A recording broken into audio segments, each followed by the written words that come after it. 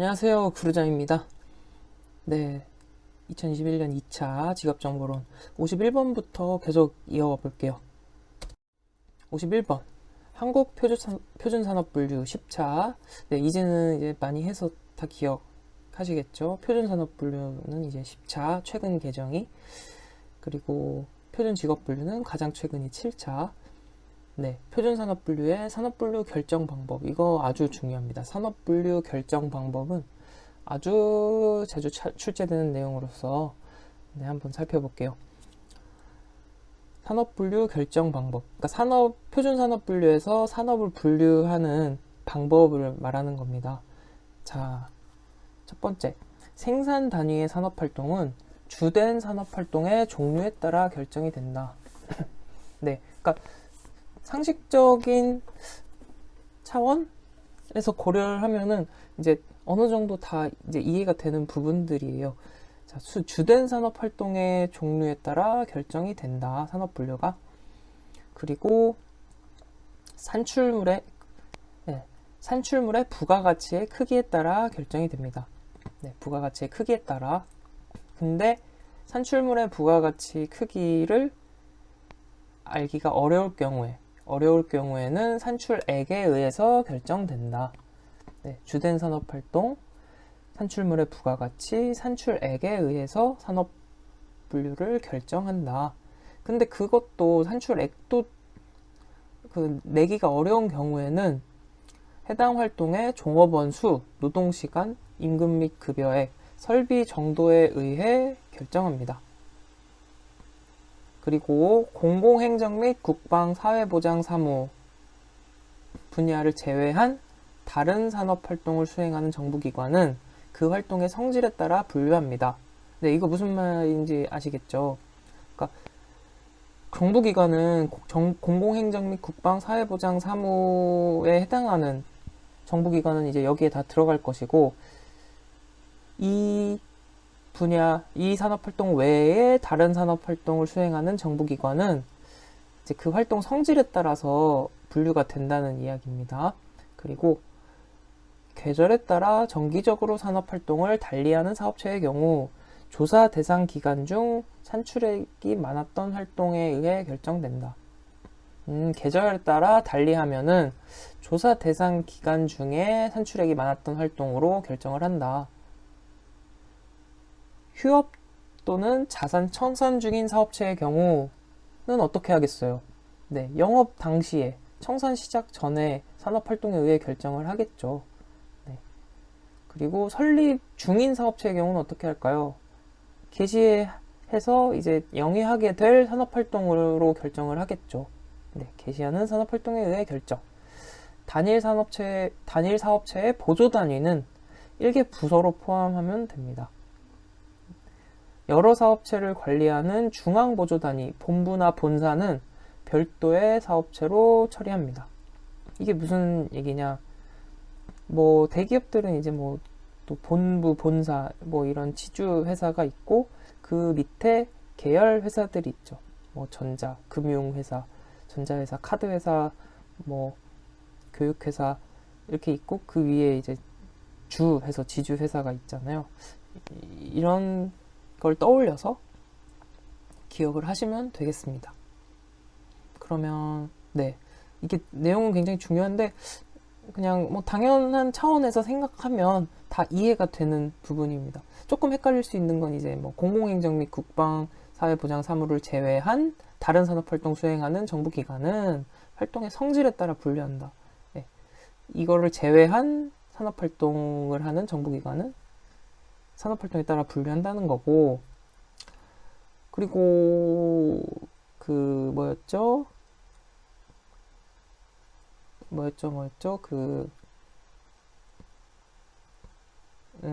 네, 계절에 따라 산업활동을 달리하는 사업체, 정기적으로 계절마다 다른 경우에는 조사 대상 기간 중에 가장 산출액이 많았던 활동이라고 했고요. 네, 그럼 문제로 가서 1번. 생산 단위 산업활동은 그 생산 단위가 수행하는 주된 산업활동에 따라 주된 산업활동 종류를 결정한다고 했습니다. 그리고 계절에 따라 달리하는 사업체 경우는 조사 대상 기간 중에 산출액이 많았던 활동이라고 했죠. 그리고 설립 중인 사업체는 어떻게 해야겠어요? 설립 이후 개시하는 활동에 따라 결정하는 거고, 단일 사업체 보조 단위는 일개 부서로 처리한다 그랬죠. 별도 사업체가 아니고. 그래서 정답은 4번이 되겠습니다. 넘어갈게요. 52번. 평생학습 계좌제에 대한 설명으로 틀린 것은 평생학습 계좌제. 네, 이것도 선택지를 통해서 학습을 하시면 됩니다. 1번. 개인의 다양한 학습 경험을 온라인 학습 이력 관리 시스템에 누적 관리하여 체계적인 학습 설계를 지원한다. 네, 그렇습니다. 학습 경험을 이제 온라인 학습 이력 관리 시스템에 누적 관리를 해서 누적 관리를 할 수 있는 이제 시스템이 되어 있죠. 2번. 개인의 학습 결과를 학력이나 자격 인정과 연계하거나 고용 정보로 활용할 수 있게 한다. 네, 그렇게 합니다. 자격 인정과 학력이랑 연계를 할 수 있습니다. 3번. 전 국민을 대상으로 실시한 제도로서 원하는 누구나 이용이 가능하죠. 네, 전 국민 대상한다는 거. 4번. 온라인으로 계좌 개설이 가능하며 방문 신청은 전국 고용센터에 방문하여 개설한다. 네, 온라인으로 계좌 개설 가능하고 방문 신청은 전국 고용센터가 아니고 평생교육진흥원에서 이제 개설할 수 있습니다. 네, 고용센터에서는 평생학습 계좌제를 하지 않아요. 평생교육진흥원에서 평생학습은 평생교육진흥원으로 뭐라고요? 평생학습은 평생교육진흥원으로 오세요. 네, 그래서 정답은 4번이고 이 선택지 내용들을 이제 잘 읽어보시고 네, 고용센터에서 안 한다는 거 이제 기억하세요. 그 다음 넘어갈게요.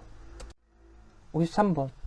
워크넷에서 제공하는 채용 정보 중 기업 형태별 검색에 해당하지 않는 것은 네, 이것도 뭐 알아야 이렇게 해결할 수 있는데 한번 살펴볼게요. 기업 형태 어떻게 돼 있냐?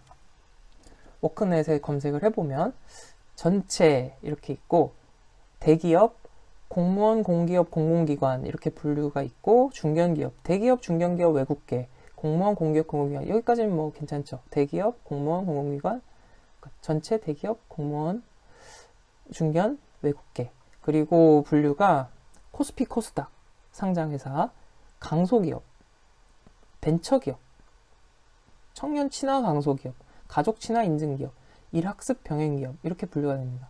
그래서 조금 생소하거나 이제 헷갈릴 수 있는 거를 이제 좀 볼드 처리를 했어요. 코스피, 코스닥, 강소기업, 벤처, 청년 친화 강소, 가족 친화 인증, 일학습 병행기업 이렇게 있습니다. 그래서 기업 형태별 검색에 해당하지 않는 거는 환경 친화 기업이 되겠죠. 기업은 환경이랑 친하지 않습니다. 네, 다 그렇다는 건 아니고 그냥 기억을 위해서 네, 제가 논란을 만들고 싶진 않습니다. 그냥 암기를 위해서 기업은 환경이랑 친하지 않아. 그래서 환경 친화 기업은 보기로 나오면 이제 틀린 답이 되겠고 네, 청년 가족이랑 친하다. 기업은 청년 가족이랑 친하다. 그리고 강소기업이 뭐 중소기업이라고 안 하고 이제 강소기업이라고 되어 있죠. 네, 강소기업. 그래서 정답은 3번. 54번. 직업정보 가공에 대한 설명으로 틀린 것은 1번. 정보를 공유하는 방법을 강구하는 단계이다. 네, 그렇죠. 정보를 공유하는 수집을 하고 나서 가공을 하잖아요. 정보 수집 이후에 가공이니까 수집된 정보를 어떻게 공유할지 어떻게 하면 이렇게 그 목적에 맞게 잘 공유가 될지 강구하는 단계. 2번.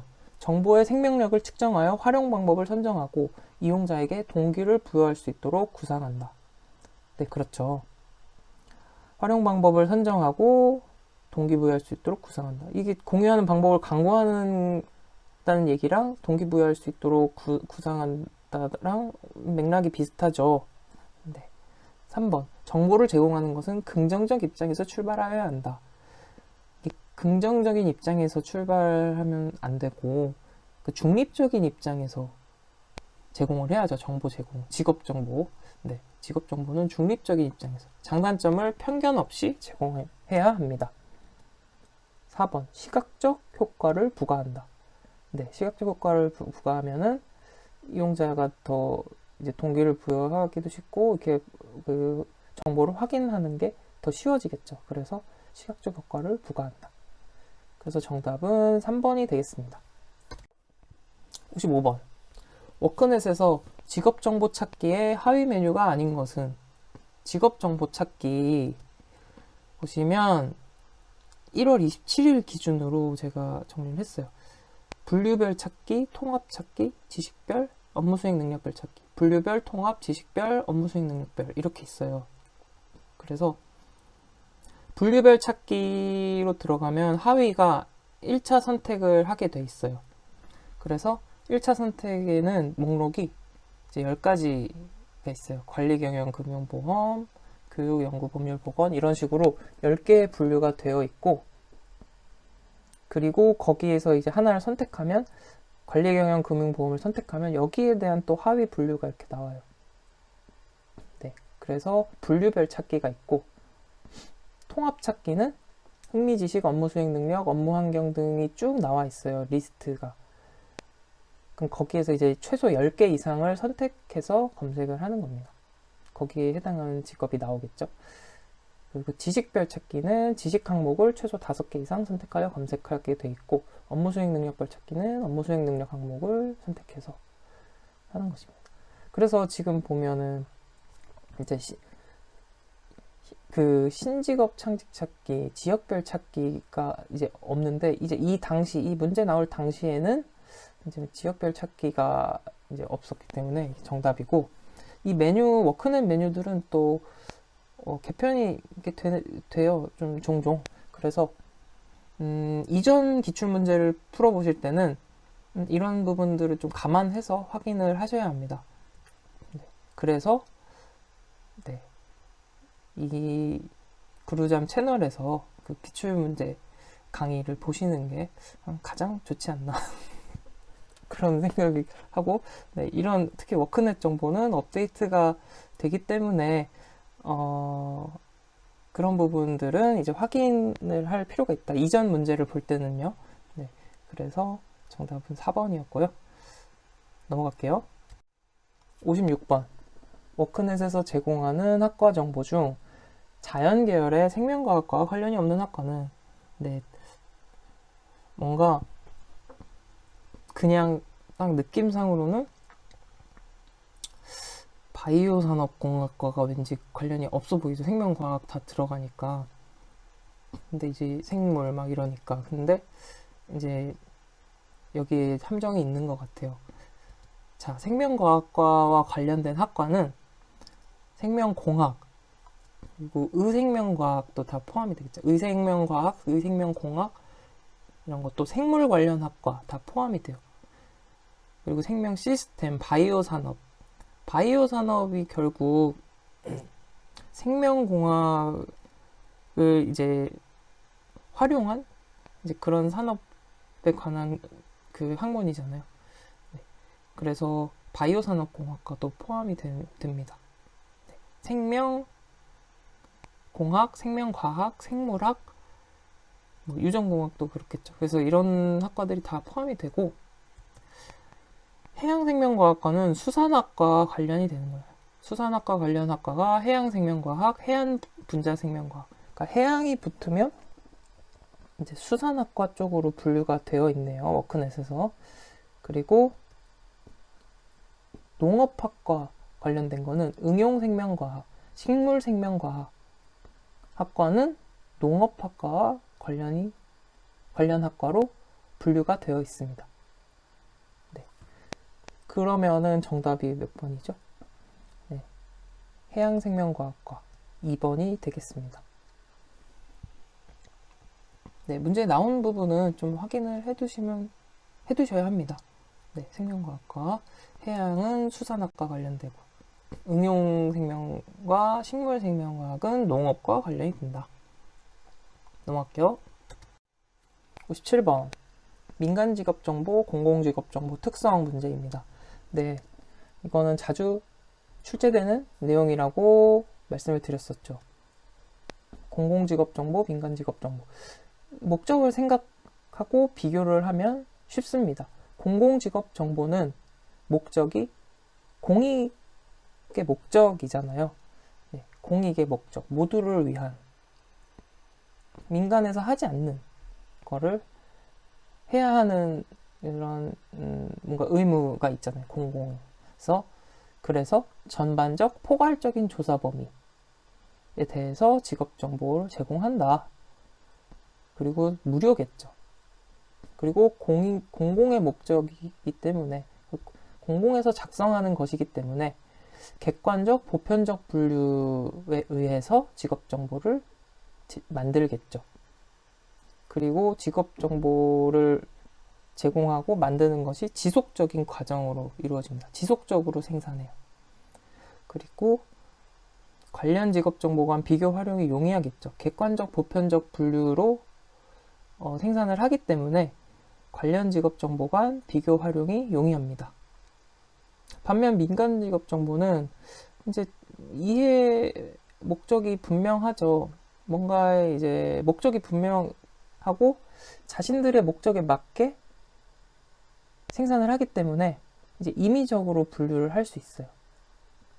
그리고 조사 범위도 필요로 하는 부분만 하기 때문에 제한적인 범위에서 직업 정보가 조사되고, 그래서 임의적 분류로 제작 생산을 하기 때문에 비교 활용이 어렵고, 네, 또 유료로 제공이 되겠죠.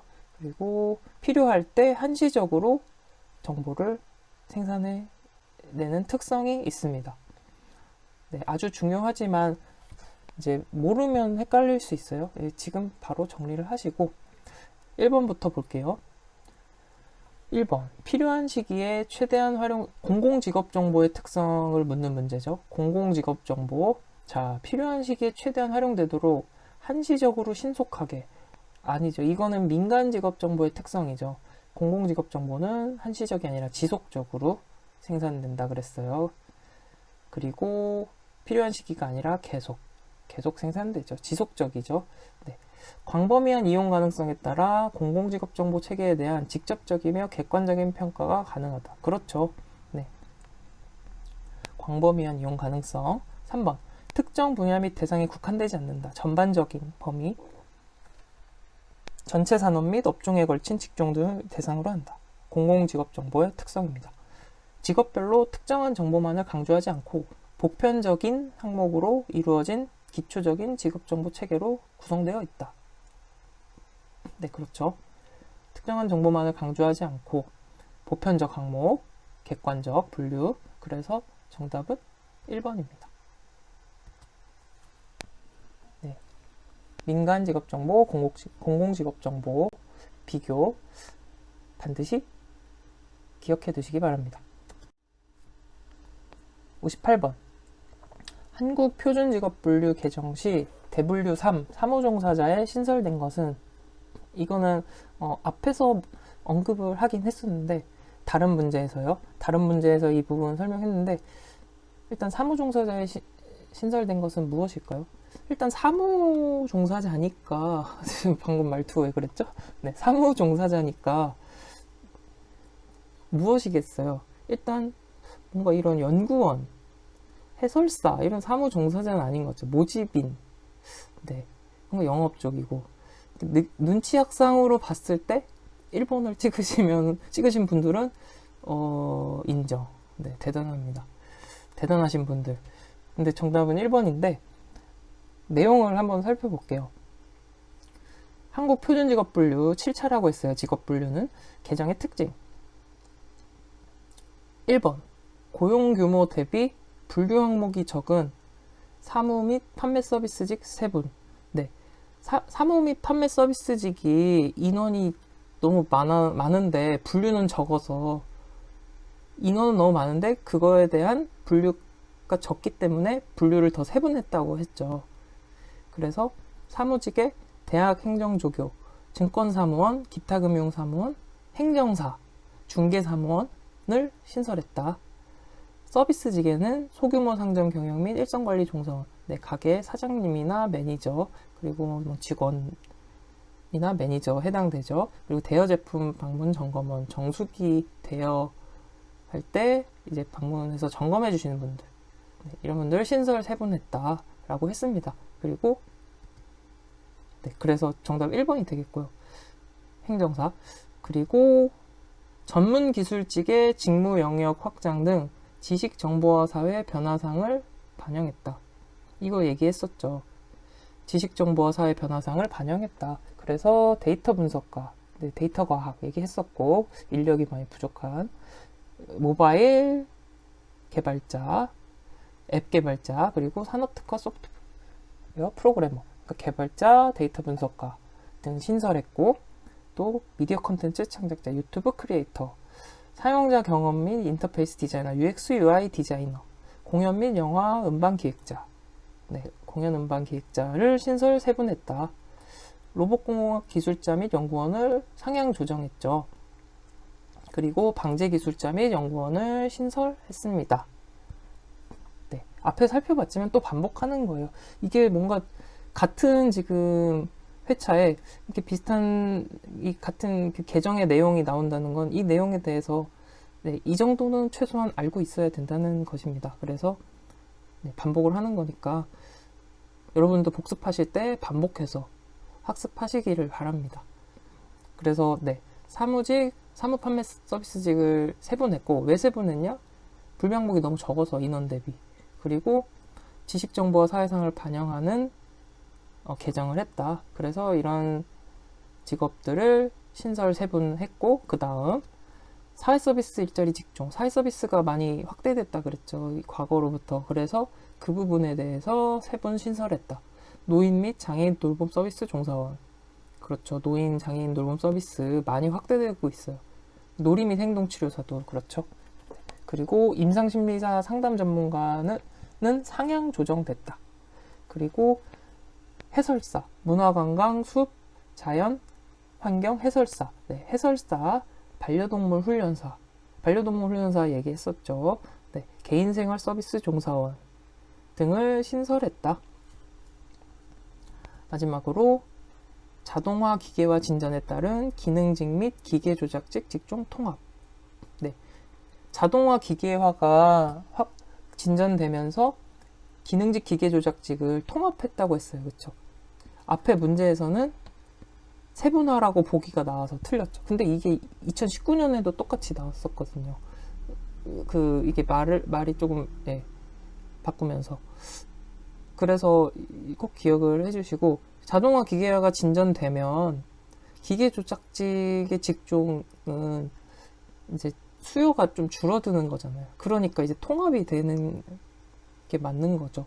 그래서 제조 관련 기능 종사원, 과실 및 채소 가공 관련 기계 조작원, 섬유 제조 기계 조작원 등이 직종이 통합됐다. 제조 관련 기능 종사원, 과실 및 채소 가공 관련 기계 조작원, 섬유 제조 기계 조작원 통합됐다. 그래서 정답은 1번이 되겠습니다. 네, 개정의 특징 반복해서 확인하시기 바랍니다. 59번. 큐넷에서 제공하는 국가기술 자격 종목별 정보를 모두 고른 것은? 큐넷 국가기술 자격 종목별 정보. 여러분들 직업상담사 시험 지금 이제 접수를 하신 분들도 계실 텐데, 접수를 했다면 큐넷에 다 한 번씩은 접속을 하셨겠죠. 들어가 보셨을 거예요. 거기에서 한번 이렇게 살펴보세요. 아마 접수하기 전에도 살펴보셨을 것 같아요. 시험 정보에는 일정 수수료, 뭐 출제 경향 기준 등이 나와 있고, 취득 방법, 또 과정평가형 자격 취득 정보에 대해서도 이제 해당이 되는지 이런 부분 나와 있죠. 그리고 기본 정보에는 자격 개요, 수행 직무, 실시기관 홈페이지, 실시기관명, 진로 및 전망, 네, 진로 및 전망 이런 것도 나와요. 검정 현황, 그래서 응시자 수, 합격자 수, 합격률 이런 것들도 다 나와요. 그리고 우대 현황에서는 법령상 우대 현황, 일자리 정보는 경력, 학력, 지역, 기타 상세 조건들, 네, 일자리 조건들, 그리고 수험자 동향, 성별, 연령별, 직업별, 응시 목적별 동향, 시험 준비 경로별, 시험 준비 기간별, 수험자 동향까지 제공이 됩니다. 그래서 문제로 들어가면 큐넷에서 제공하는 정보, 법령상 우대현화, 네, 있고, 수험자 동향, 응시 목적별, 연령별 다 포함된다고 했죠. 연도별 검정 현황, 응시자 수, 합격률, 네, 포함됐죠. 연도별 검정 현황에 시험 정보는 수수료 취득 방법, 네, 뭐 출제 경향 이런 것들이 나와 있다고 했습니다. 그래서 기억, 니은, 디귿, 리을 다 맞는 내용이죠. 그래서 정답은 4번이 되겠습니다. 넘어갈게요. 60번. 직업정보의 일반적인 평가 기준과 가장 거리가 먼 것은? 직업정보의 일반적인 평가 기준. 네, 이것도 뭐 문제 답을 맞히는 것은 어렵지 않았는데 이 선택지 내용을 또 좀 점검을 해볼 필요가 있습니다. 직업정보의 일반적인 평가 기준은 목적, 네, 어떤 목적으로 만든 직업정보인가를 그 기준으로 평가를 해야 되고, 어떤 목적이냐, 누가 만들었냐, 언제 만들어진 것인가. 왜냐면 이게 그 얘기죠. 최신이 제일 좋은 거죠. 직업정보는 최신이어야 되고. 그리고 어디를 대상으로 한 것인가, 어느 곳을 대상으로 한 것인가, 그리고 자료를 어떤 방식으로 수집 제시했는가 등의 평가 기준으로 직업정보를 이제 평가하셔야 되겠고, 그래서 얼마나 비싼 정보인가는 해당되지 않겠죠. 그래서 정답은 2번입니다. 이렇게 해서 60번까지 살펴봤고요. 네, 이제 직업정보로는 그래도 이제 사실 그 직업정보론의 분량은 방대한데, 네, 사실 문제를 틀리게 만들려면 얼마든지 틀리게 낼 수 있는 부분이라고 생각을 해요, 저는. 근데 이제 출제되는 부분은 그렇게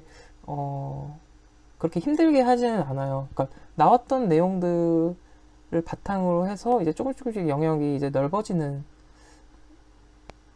그런 식의 출제라고 생각을 하시면 됩니다. 그래서 기출문제를 이제 꼼꼼하게 보시고 기출문제 토대로 지금처럼 이제 거기에 해당되는 부분들을 이제 학습을 해 나가시면 되겠습니다. 그래서 뭐 처음 풀어봤는데 이게 너무 많이 틀렸다라고 너무 실망하지 마시고, 당연히 많이 틀립니다. 처음에 모르니까. 근데 이거는 한 2회, 3회만 봐도 확실히 달라집니다. 그렇기 때문에 너무 걱정하지 마시고 차근차근 공부해 나가시면 70점 받으실 수 있습니다.